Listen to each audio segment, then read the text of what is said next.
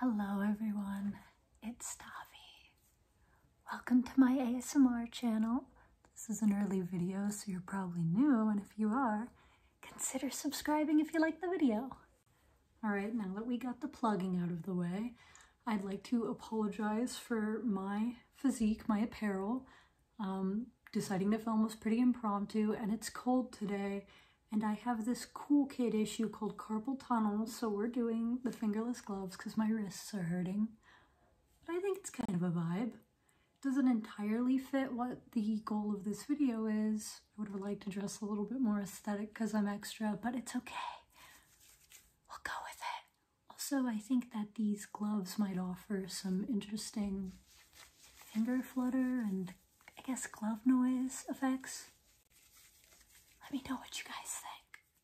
But without further ado, we're here, you're here, we're all here to see some homemade candles of mine.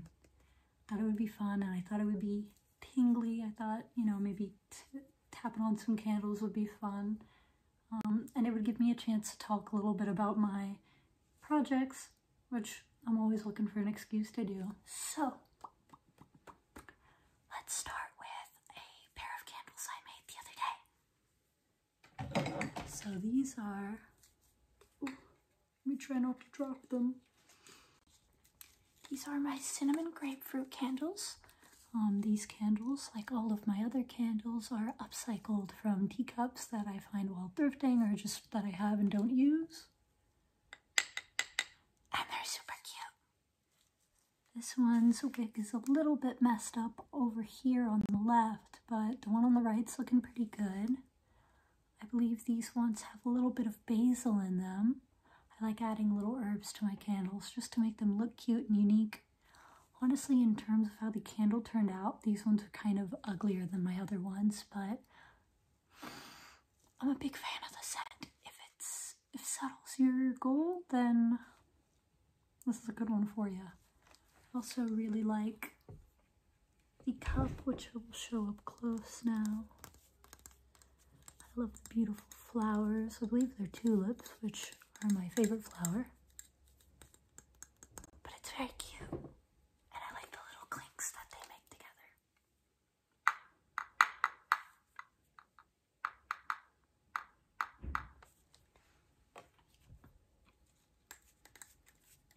These are actually up for sale at my in-person markets. It's a little risky to ship candles, so I typically don't.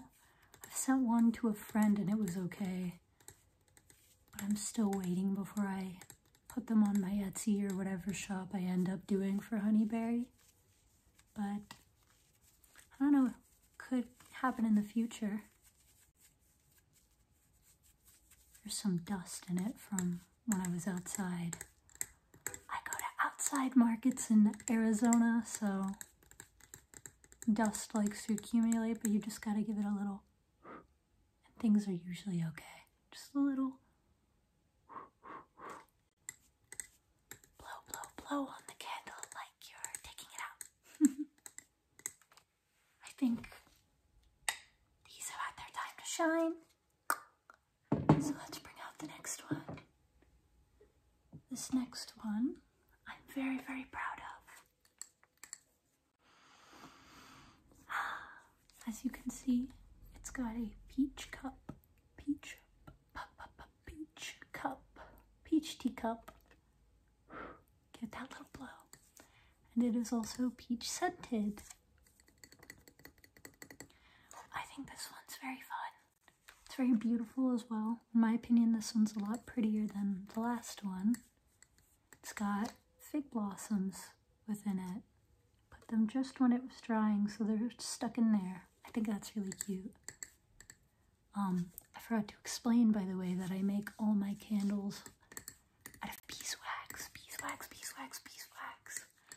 I ordered, or my dad actually, because he was being very supportive of my business, ordered me a bunch of beeswax pellets a couple months ago that I still haven't fully gotten through. But now that I'm making more candles, I almost said calendars. Now that I'm making more candles, they're starting to run out, and I found out that a local farmer makes and sells his own beeswax pellets. So I'm going to be sourcing locally from now on, and I'm very, very excited. But I like beeswax candles. They're harder to scent. It's harder to get the flash point just right, but they are safe for cats and dogs and anyone who has allergy issues, because unlike paraffin wax, and I believe even soy wax to some degree, you don't have the same chemicals that float out when you light it. Yeah, I thought it was very interesting. For a while, I thought that soy was the safe option, but no, it's actually not all it's cracked up to be, and beeswax is the way to go. If you guys have more information on that, please let me know. Obviously, I'm a beginning candle maker, and if beeswax has its own issues, obviously I'd like to know. I don't remember reading anything about it in my research, but you never know. And finally, we have my favorite candle. I have more candles than this, but these were just the 4 I decided to show off for this video. This one is my Jasmine Sweet Pea candle. It is my strongest smelling candle. Gotta give it its blow. It's like I'm blowing on a hot tea. But it's just, very pretty candle. I'll put it up closer. I am so happy with how this one came out. I actually meant to make it purple. I mixed a dark purple and white mica powder together in the melted wax. And it came out as like, I don't even know what you would call this. It's like cloudy blue and green. I love it. It's also my strongest smelling candle. It's got jasmine petals integrated into the candle itself. And I'm actually taking this one off of the market. I told myself and my partner and my roommates that if this candle didn't sell, I was keeping it for myself and for the house. So I'm actually going to cut off this price tag and give you guys a bit of scissor ASMR action. I like that. And I will, however, keep the price tag because we like to recycle and reuse. I'll probably find some use for this twine as well, but I thought it would be fun if the first time I lit this candle was for a video. My wicks are very strong. I always tell my customers to obviously always keep an eye on your candles. Don't leave them unattended, yada yada yada. Don't put them near flammable things.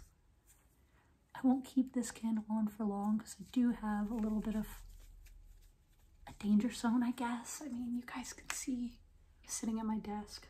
I don't typically light candles over here. I've got a candle lighting area in the back of the room, or I guess it's like the front. I don't really know. The layout of my room doesn't matter. This is the corner you'll see, and you'll also see my other filming spot eventually, but anyways, let us begin. I'm not going to put this too close to the camera. This is far enough away where it's safe, just in case anyone's worried. I'm also going to grab it by its handle, but let's go.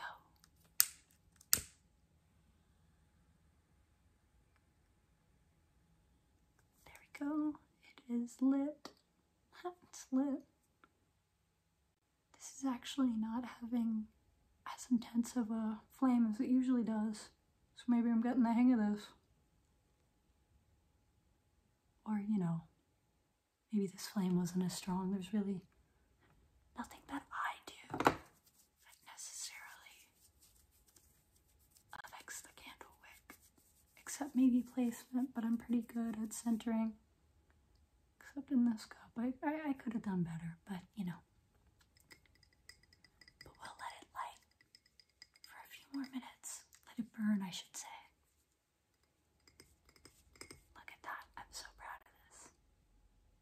It's very fun to upcycle things, and I always tell my customers whenever they buy a candle from me that it's kind of a best of both worlds situation where you get the comfy cozy candle, and once it's all been used up, you just have to use. This is actually a tip for everyone at home if you have candles that you would like to reuse the jars or containers of. If you mix, you can either use wax remover, but if you mix olive oil,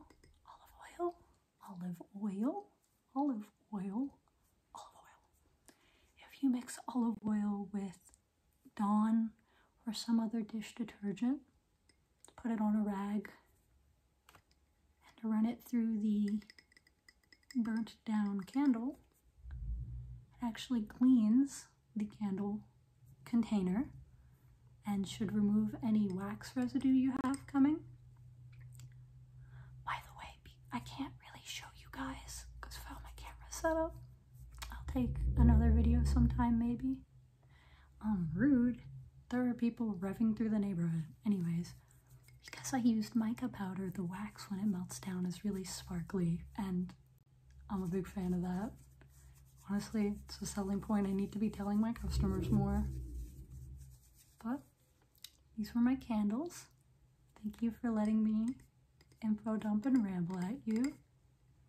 You should light yourself your own candle, get a cup of coffee or tea, and settle down with a book or something.